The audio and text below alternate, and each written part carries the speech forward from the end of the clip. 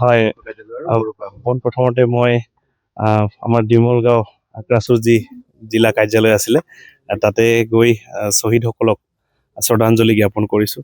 লগে লগে আমাৰ সকলোৰে চৰ্দাৰ বডফা উপেন্দ্ৰনাথ ব্ৰহ্ম ডাঙৰীয়া তেখেতৰ প্ৰতিমূৰ্তিৰ ওচৰত আহি সেৱা জনাইছোঁ, আশীৰ্বাদ বিচাৰিছোঁ যাতে আগন্তুক দিনত এই BTC অঞ্চলৰ বা অসমগুৰিৰ লগতে অসমখনৰ হৈ ৰাইজৰ হৈ কাম কৰিব পাৰোঁ, তাৰ কাৰণে আশীৰ্বাদ ল'বলৈ আহিছোঁ।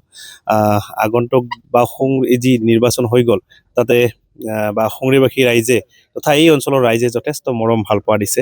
হাগ্ৰামা মহিলাৰী ছাৰে যি বিশ্বাস আৰু নিষ্ঠা ৰাখি পেলাই মোক এই প্ৰাৰ্থিত্ব প্ৰদান কৰিছিল, ৰাইজে সহযোগিতা কৰিবলৈ ওলাই আহি মৰম ভাল পোৱা দিছে।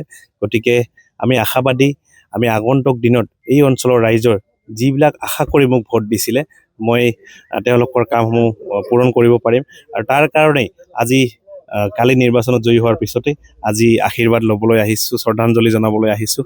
আৰু ৰাইজক মই বিচাৰিছোঁ সকলোৱে যেন সহায় সহযোগিতা কৰে আৰু আগন্তুক দিনত এই অঞ্চলবিলাকৰ যাতে আমি উন্নয়ন কৰিব পাৰোঁ। এই ক্ষেত্ৰত আমাৰ সকলোৰে শ্ৰদ্ধাৰ BTC প্ৰধান হাগ্ৰামা মহিলাৰী ছাৰ আছে, তেখেতে ইতিমধ্যে আলোচনা কৰি আছে।